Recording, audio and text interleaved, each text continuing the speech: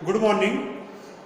आज मैं यहाँ पे आपको 12th क्लास में विद्युत चुंबकीय प्रेरण वाला जो पाठ हमारा, उसमें आपको प्रेरकत्व में संचित चुंबकीय ऊर्जा इस टॉपिक को पढ़ा रहा हूँ। और इसके बाद हम पढ़ाएंगे एकांक आयतन में संचित चुंबकीय ऊर्जा। इसका मतलब क्या है, हमने इस टॉपिक से पहले स्वप्रेरण और अन्योन्य प्रेरण पढ़ा। तो आपने स्वप्रेरण में देखा था कि जब किसी कुंडली के सिरों के बीच हम बैटरी धारा नियंत्रक कुंजी को जोड़ देते हैं। अभी हमने कुंजी दबा दी और धारा नियंत्रक की सहायता से हमने क्या किया, इस कुंडली में बहने वाली धारा के मान में परिवर्तन किया।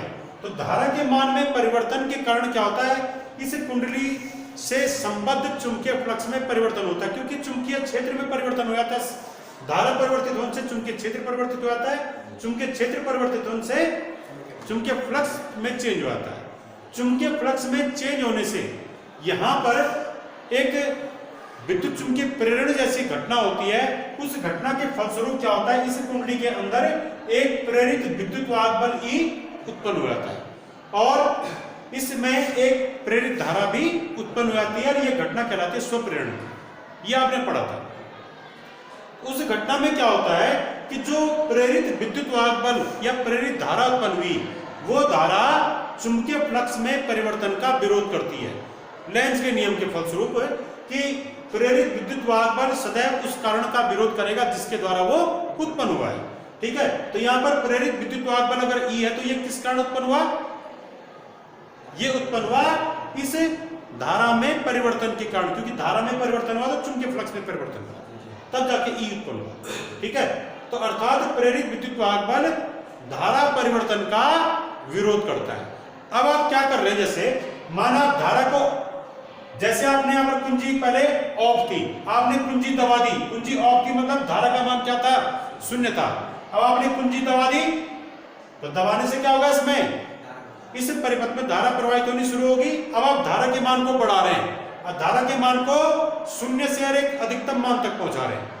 तो होगा क्या, धारा जब 0 से अधिकतम मान तक पहुंचेगी तो धारा परिवर्तित होने के कारण यहाँ पर क्या होगा, प्रेरित विद्युत वाहक बल पैदा होगा। वो प्रेरित विद्युत वाहक बल धारा को 0 से अधिकतम मान तक पहुंचने का विरोध करेगा। ठीक है ना, तो प्रेरित विद्युत वाहक बल धारा को 0 से अधिकतम होने का भी विरोध करता है, या अगर आप धारा घटा रहे हैं, अधिकतम से 0 कर रहे हैं, इस बात का भी विरोध करेगा। तो अर्थात प्रेरित विद्युत वाहक बल धारा परिवर्तन का विरोध करता है। ठीक है, उसके बावजूद भी, प्रेरित विद्युत वाहक बल के विरोध करने के बावजूद भी इस परिपथ में धारा प्रवाहित होती है। धारा प्रवाहित हो रही मतलब आवेश प्रवाहित हो रहा है। कौन प्रवाहित हो रहा है इसमें, आवेश। ठीक है ना, तो आवेश प्रवाहित हो रहा है। तो हम ये कह सकते हैं कि प्रेरित विद्युत वाहक बल के विरोध करने के बावजूद भी इसमें आवेश प्रवाहित किया जाता है। तो यानी जो आवेश प्रवाहित किया जाएगा उसको प्रेरित विद्युत वाहक बल के विरोध के बावजूद कुछ कार्य करना पड़ेगा। ठीक है, क्योंकि प्रेरित विद्युत वाहक बल उसका विरोध कर रहा है धारा का। तो यहां पर प्रेरित विद्युत वाहक बल के विरोध के बावजूद इस परिपथ में धारा प्रवाहित करने में आवेश को जो कार्य करना पड़ता है, वो कार्य इस कुंडली में चुंबकीय ऊर्जा के रूप में संचित हो जाता है। ठीक है ना, तो चुंबकीय ऊर्जा कहां से आई कि धारा को प्रवाहित करने में आवेश को जो कार्य करना पड़ता है कुंडली में, वो कार्य ही इस कुंडली में या इस प्रेरक कुंडली में चुंबकीय ऊर्जा के रूप में संचित हो जाता है। अब हम उसका मान निकालेंगे। तो देखिए उसका मान क्या आएगा। माना ये जो कुंडली है, इसमें किसी क्षण आई धारा बह रही है। ठीक है, और धारा परिवर्तन की दर, धारा परिवर्तन की दर, धारा परिवर्तन की दर di/dt। इसको आप डेल्टा I/डेल्टा t भी लिख सकते हैं, डेल्टा I/डेल्टा t भी लिख सकते हैं। ये इसमें कन्वर्ट कैसे हुआ कि अगर ये डेल्टा t क्या हो जाए, ये अगर बहुत सूक्ष्म हो, 0 की ओर अग्रसर हो, तो अगर limit delta t tends to 0, अर्थात अगर डेल्टा t ये समयांतराल बहुत सूक्ष्म हो ये लगातार जीरो की ओर अग्रसर हो रहा हो, तब हम इस राशि को हम किसके रूप में लिखते हैं, di/dt। पर मीनिंग दोनों का एक ही है। मीनिंग क्या है इसका, धारा परिवर्तन की समय दर। इसका मीनिंग भी क्या, धारा परिवर्तन की समय दर। ठीक है, इस कंडीशन में जब डेल्टा t टेंड्स टू 0 हो जाता है तो हम इसको di/dt लिखते हैं। और इसको हम गणित की भाषा में क्या पढ़ते हैं इसको, कि धारा का समय के सापेक्ष अवकलन। अब वैसे इसका भौतिक अर्थ क्या है, धारा का समय के साथ परिवर्तन की दर। ठीक है ना। तो यहां पर मैंने इसको di/dt लिखा, तो धारा माना किसी समय इसमें I धारा बह रही है और इस कुंडली में क्योंकि धारा परिवर्तित की जा रही है तो धारा परिवर्तन की दर है माना di/dt। और इस कुंडली का स्वप्रेरकत्व क्या माना, L। प्रत्येक कुंडली का स्वप्रेरकत्व होता है, इसका भी होगा L। और धारा परिवर्तन के कारण इस कुंडली में उत्पन्न प्रेरित विद्युत वाहक बल क्या माना, E। ठीक हो गया। अब आप विद्युत चुंबकीय प्रेरण का जो नियम है उसको लगाइए। हम जानते हैं प्रेरित विद्युत वाहक बल, प्रेरित किसी कुंडली में उत्पन्न ये प्रेरित विद्युत वाहक बल E, ये किसके बराबर होता है, चुंबकीय फ्लक्स परिवर्तन की ऋणात्मक समय दर के बराबर। उसको हमने जब कुंडली के लिए हल किया था तो यह आया था -L di/dt, ऐसा है। आपको मैं रिमाइंड करा रहा हूं, आपने लिखा था E = -Δ∅/Δt, ये लिखा था। ठीक है, फिर आपने फाई को लिखा था L × I/Δt। फिर ये L एक नियतांक है, इसको आपने बाहर लिया, ये हो जाएगा L, यहां पर आ जाएगा, और ये Δ∅/Δt ये हो। अब फिर यदि Δt 0 की ओर अग्रसर हो रहा है तो यहां पर आ जाएगा लिमिट Δt टेंड्स टू 0। तो ये वाली राशि Δi/Δt किसमें कन्वर्ट हो गया, di/dt में। तो क्या बन जाएगा फॉर्मूला, E = -L di/dt, यही फॉर्मूला। ठीक है ना। अब आप यहां पर इस सूत्र को जानते हैं, इसको लिखिए समीकरण नंबर 1। अब क्या हो रहा है यहां पे, क्योंकि यहां पर ये प्रेरित विद्युत वाहक बल धारा परिवर्तन का विरोध कर रहा है। ठीक है, तो माना किसी क्षण किसी समय dt में इसमें हमने कितना आवेश प्रवाहित किया, एक सूक्ष्म आवेश dq प्रवाहित किया। ठीक है, तो इस आवेश के प्रवाहित होने से इसमें क्या बहेगी, धारा बहेगी। ठीक है, प्रेरित विद्युत वाहक बल धारा परिवर्तन का विरोध कर रहा है, उसके बावजूद भी इसमें धारा बह रही है। और ये मान रहे हम कि धारा किससे बहेगी, आवेशों के कारण बहेगी। तो इसमें सूक्ष्म समय dt में कितना आवेश बहा, dq आवेश। तो हम यहां पर ये निकालेंगे कि प्रेरित विद्युत वाहक बल के विरोध के बावजूद dq आवेश को प्रवाहित होने में क्या गया, कार्य। ठीक है, क्योंकि आवेश जब बहेगा उसको कार्य करना पड़ेगा, क्योंकि प्रेरित विद्युत वाहक बल उसका विरोध कर रहा है, उसको बहने से रोक रहा है। ठीक है, तो धारा को प्रवाहित करने में क्या गया, कार्य। तो dq आवेश द्वारा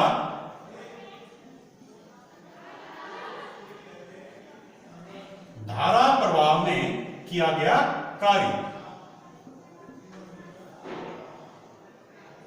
ये कार्य क्यों किया गया, क्योंकि प्रेरित विद्युत वाहक बल इसके प्रवाहित होने का विरोध कर रहा था, तब भी प्रवाहित हुआ, तो इसको कुछ कार्य करना पड़ा होगा। और यही कार्य किस रूप में संचित हो जाएगा, इस कुंडली में चुंबकीय ऊर्जा के रूप में संचित हो जाएगा। यानी जो एक कार्य आएगा उसी कार्य को हम क्या मानेंगे, इस कुंडली की चुंबकीय ऊर्जा। तो कार्य यहां पर हम निकालने माना, क्योंकि अल्प आवेश को प्रवाहित किया गया है तो कार्य भी क्या होगा, अल्प। तो dw माने कार्य, तो dw बराबर क्या हो जाएगा, आपने एक फॉर्मूला पढ़ा था सबसे पहले चैप्टर में कि विभवांतर v बराबर होता है कार्य बटे आवेश। तो यहां से कार्य बराबर क्या आ जाएगा, q × v। ठीक है, इसी से सूत्र यहां पर बन गया, जब कार्य अल्प है तो dw लिख दिया, विभवांतर v को हमने क्या लिखा, प्रेरित विद्युत वाहक बल। ठीक है, और q आवेश के स्थान में क्या लिख दिया, dq। ठीक हो गया। अब E का मान समीकरण नंबर 1 से लिखिए। ठीक है, एवं यहां पर हम एक सूत्र लिख रहे हैं कि धारा, जो धारा I है, धारा I का सूत्र होता है dq अपॉन dt। ये भी हमने पढ़ा है। इसको समीकरण नंबर 2 लिखिए, इसको समीकरण नंबर 3 लिखिए। तो समीकरण 1 और 3 का प्रयोग हम समीकरण नंबर 2 में करेंगे। ठीक है, समीकरण नंबर 1 और 3 का प्रयोग समीकरण नंबर 2 में कीजिए। तो ये कीजिए, इसको dw इक्वल टू E के स्थान में क्या रखेंगे, minus L di upon dt।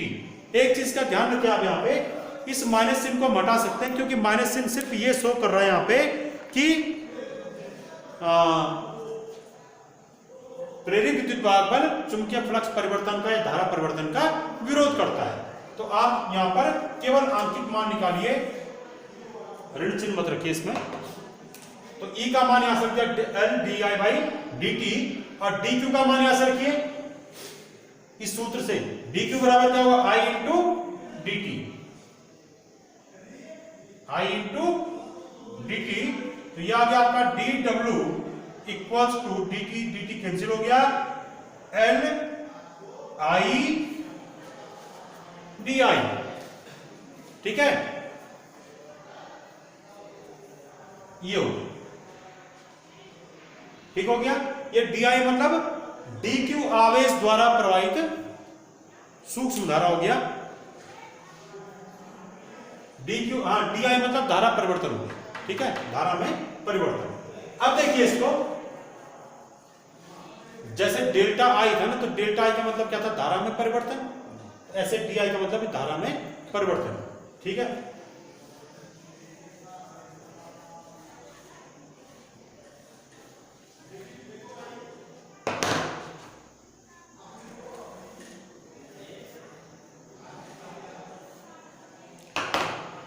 अब इसको आगे हम सॉल्व करेंगे। यह है सूक्ष्म dq आवेश को प्रवाहित करने में क्या गया कार्य, और उस आवेश के कारण इसमें अल्प धारा, इसमें जो है धारा प्रवाहित होती आई धारा। अब यदि हम धारा के मान को कहां से कितने से कितना बढ़ाना चाह रहे हैं, माना धारा प्रारंभ में क्या थी, 0, धारा को हम 0 से अधिकतम मान तक पहुंचाना चाह रहे हैं। 0 से अधिकतम मान कितना माना, कैपिटल I। तो धारा के मान को 0 से I मान तक पहुंचाने में क्या गया कार्य। ठीक है, वो निकालेंगे। वो कार्य कैसा आएगा, अरे पहले जैसे किसी क्षण सूक्ष्म धारा को प्रवाहित करने में क्या गया इतना कार्य, फिर अगली सूक्ष्म धारा को प्रवाहित करने में क्या गया इतना कार्य, फिर अगली सूक्ष्म धारा को प्रवाहित करने में क्या गया कार्य इतना कार्य, बार बार आएगा। उन सभी कार्यों को हम जोड़ देंगे तो आएगा धारा को 0 से अधिकतम मान तक पहुंचाने में क्या गया कार्य। तो उसमें सभी अल्प जो कार्य आ रहे हैं उन कार्यों का योग करना पड़ेगा। तो इन अल्प कार्यों का योग मतलब इंटीग्रेशन। ठीक है, क्योंकि सतत योग को हम क्या कहते हैं, यहाँ पे इंटीग्रेशन या समाकलन से प्रकट करते हैं। तो इसका समाकलन कीजिए तो वहां पर आ जाएगा कुल कार्य। तो धारा को यानी इस कुंडली में धारा नियंत्रक द्वारा धारा को 0 से कैपिटल I मान तक प्रवाहित करने में कृत कार्य किया गया कार्य। तो वो कार्य क्या आ जाएगा, वो आएगा इसका इंटीग्रेशन। तो इसका इंटीग्रेशन ये हो गया इंटीग्रेशन dw इक्वल टू इसका इंटीग्रेशन L I di, और ये इंटीग्रेशन का चिन्ह आ गया। इसको हम क्या पढ़ेंगे, Li का I के सापेक्ष समाकलन। इसको यहां पर क्या है, कुछ नहीं है, मतलब 1 का W के सापेक्ष समाकलन। इसका समाकलन क्या होता है, W। ठीक है, इसका समाकलन ये बराबर आ गया। यहां पर क्या आएगा, ये L एक नियतांक है, आप चाहो तो इसको इंटीग्रेशन से बाहर ले सकते हैं। अब यहां पर I di, तो आपके पास एक सूत्र है कि x की पावर n का समाकलन क्या होता है, x के सापेक्ष x की power n plus 1 upon n plus 1। तो यहां पर क्या है, I की पावर 1 और ये di, यानी x के स्थान पे I आ गया।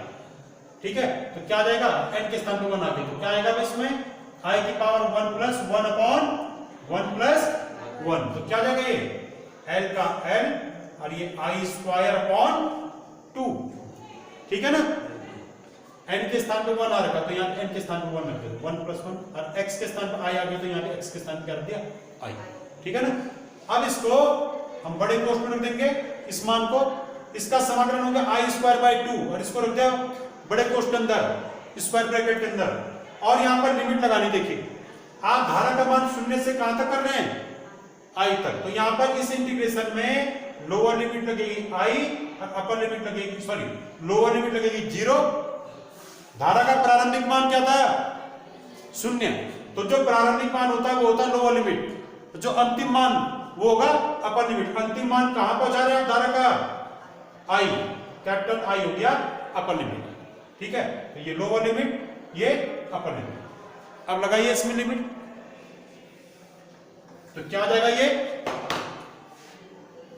W इक्वल टू L, इस स्मॉल I के स्थान पे पहले अपर लिमिट रखेंगे तो ये आ जाएगा कैपिटल I, इसके स्थान पे पहले अपर लिमिट रखा था हमेशा, कैपिटल I स्क्वायर अपॉन 2, फिर माइनस आएगा फॉर्मूले में।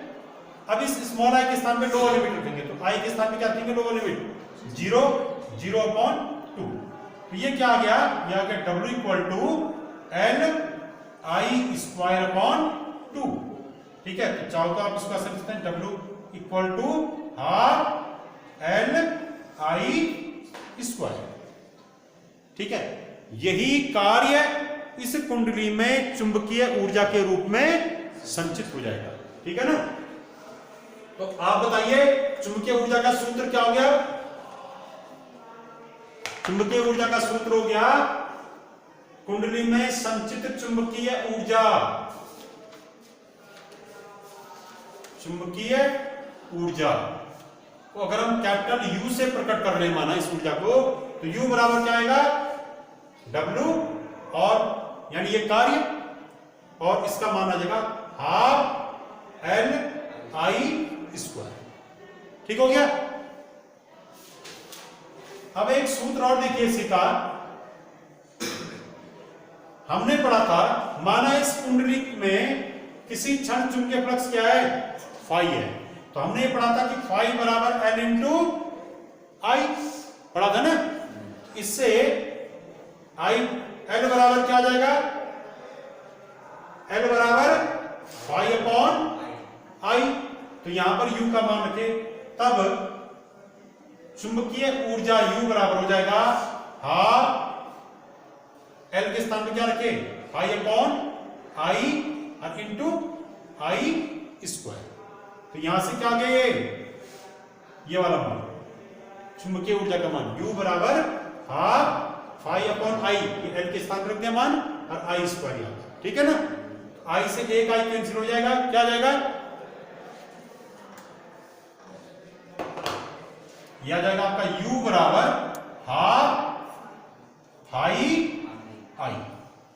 ये भी इस कुंडली में संचित ऊर्जा का ही सूत्र है, चाहे सूत्र नंबर 4 लिखिए चाहे सूत्र नंबर 5 लिखिए, दोनों एक ही चीज को प्रकट करते हैं, ये Li के रूप में, ये फाई आई के रूप में, ठीक हो गया ना।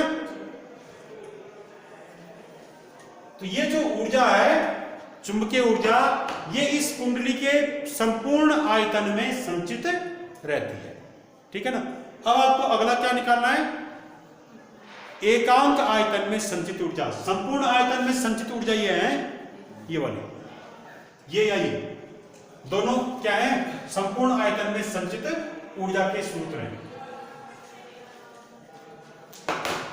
आपने पढ़ा कुंडली के संपूर्ण आयतन में संचित ऊर्जा, संपूर्ण आयतन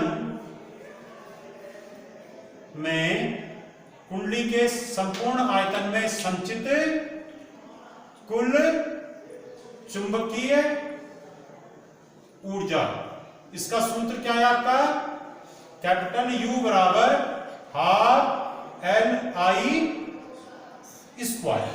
ये आपने अभी सूत्र नंबर 4 में पढ़ा। अब आप निकाल रहे हैं क्या, एकांक आयतन में संचित ऊर्जा, ठीक हो गया ना। एकांक आयतन में संचित ऊर्जा देखिए एकांक आयतन में संचित ऊर्जा। इसका सूत्र क्या होगा भाई? जब कुल आयतन में संचित ऊर्जा ये है कैपिटल यू या ये, तो एकांक आयतन में संचित ऊर्जा का सूत्र क्या होगा बताइए? एकांक आयतन में संचित ऊर्जा, इसको हम दर्शाने किससे? स्मॉल यू से, ठीक है, या u0 लिख दीजिए, ठीक है। इसका सूत्र क्या बनेगा? एकांक आयतन में संचित ऊर्जा का सूत्र कि कुल ऊर्जा, कि कुल संचित ऊर्जा या कुल संचित चुंबकीय ऊर्जा क्या थी? U बटे कुल आयतन। यानी इस कुल ऊर्जा में किसका भाग दे दें हम? कुल आयतन का दे दें, तो क्या निकल जाएगा? एकांक आयतन में संचित ऊर्जा, ठीक है। अब आप आयतन कैसे निकालेंगे इसका?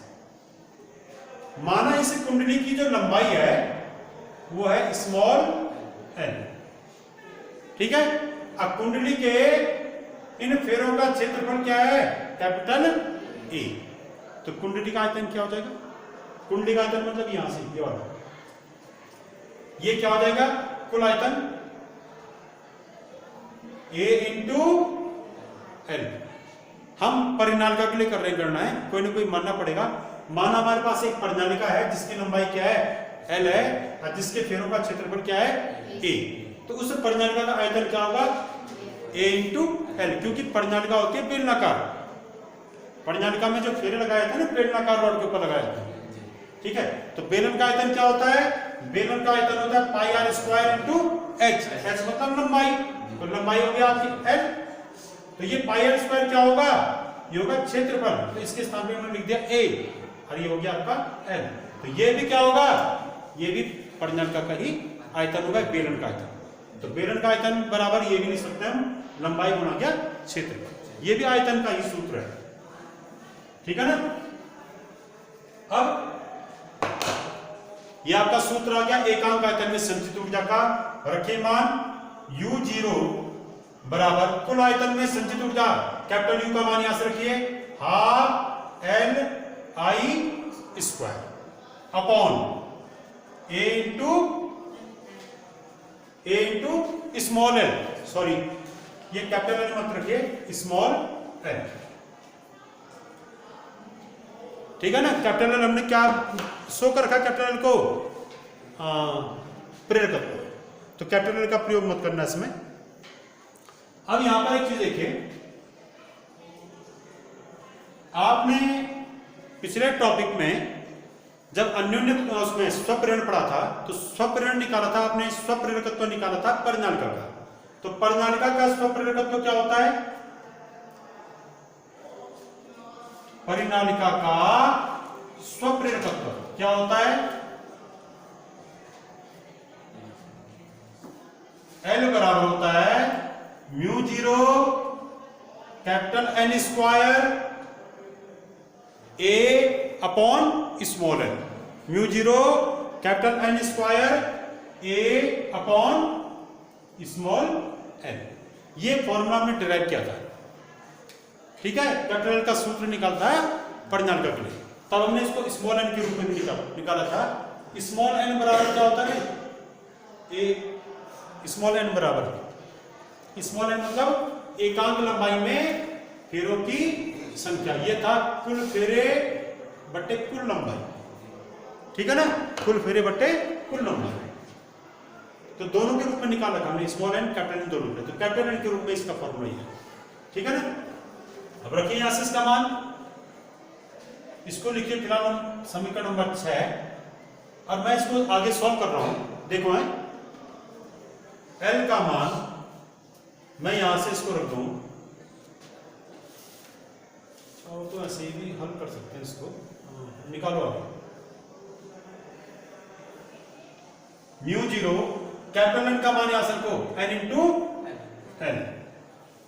तो ये कैपिटल एन का स्क्वायर है तो इसका भी स्क्वायर हो जाएगा ना, और ए अपॉन स्मॉल एन हो गया।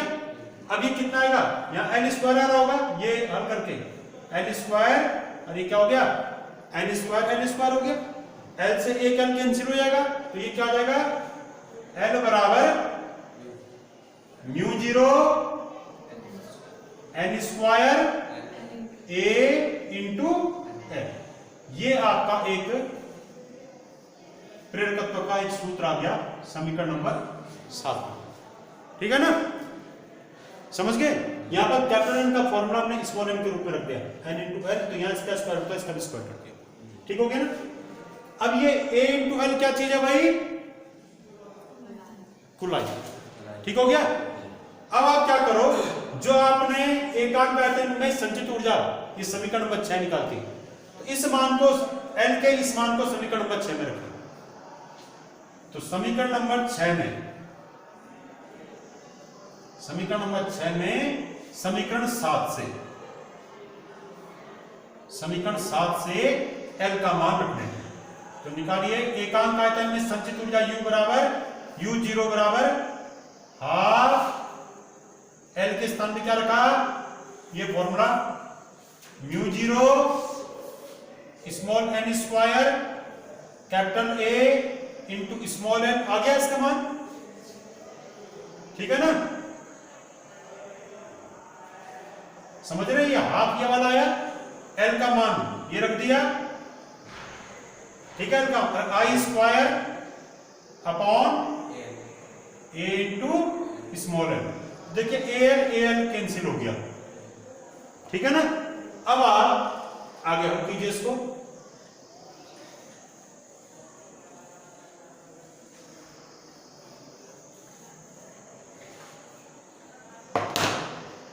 ठीक हो गया। तो U जीरो एकांक आयतन में संचित ऊर्जा, एकांक आयतन में संचित चुंबकीय ऊर्जा small u zero equal to क्या गया भाई यहां पे, half mu zero n square I square, और भी आ रहा कुछ, हाफ म्यू जीरो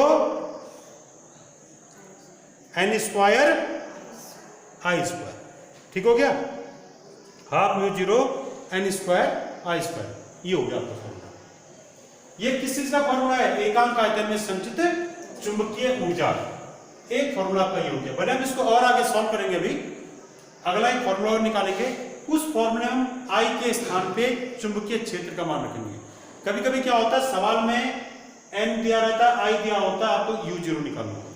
कभी कभी क्या होता है, आई नहीं दिया होता, बी दिया होता है, तब आप बी के रूप में निकालेंगे। ठीक है ना, बी माने चुंबकीय क्षेत्र। तो माना जब इसमें आई धारा बह रही थी, चुंबकीय फ्लक्स आई था, उस समय यहां पर चुंबकीय क्षेत्र की तीव्रता क्या थी, बी। ठीक है, तो चुंबकीय क्षेत्र की तीव्रता जो बी थी, तो ये क्या माना था हमने, परिनालिका। परिनालिका के लिए चुंबकीय क्षेत्र का मान क्या होता है बताइए। परिनालिका में, परिनालिका के अंदर ये धारा प्रवाहित हो रही ना, तो परिनालिका के अंदर उत्पन्न चुंबकीय क्षेत्र की तीव्रता का मान कितना होता है, कैपिटल बी बराबर mu zero small n into I. ये है फॉर्मूला। ये आई तब है जब धारा को आपने स्मॉल आई माना था, हमने यहां पर धारा को क्या लिखा है, अधिकतम कैपिटल आई, तो आप इसको कैपिटल आई कीजिए। ठीक है ना, अब आगे इसको सॉल्व कीजिए।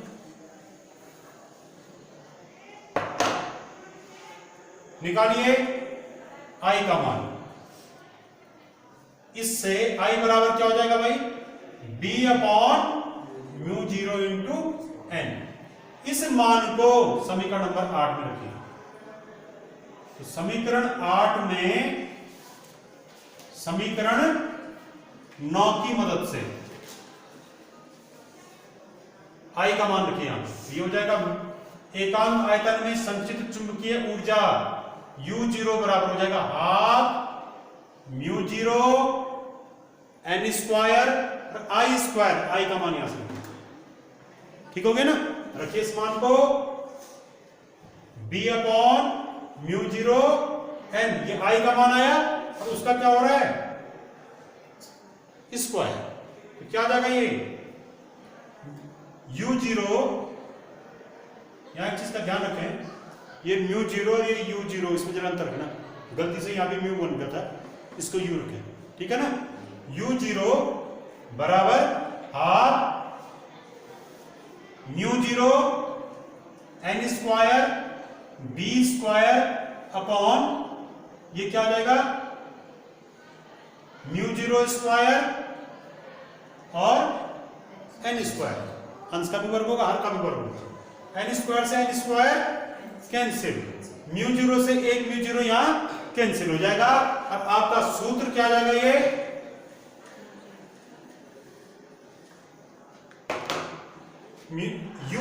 u0 बराबर, u0 मतलब इस कुंडली के एकांक आयतन में संचित चुंबकीय ऊर्जा, u0 बराबर हाफ, देखो इससे ये μ0 कितनी बार कैंसिल हो गया, μ0 बार, एक घात कैंसिल हो गया ना इसकी, क्या आएगा केवल हाफ b स्क्वायर अपॉन μ0,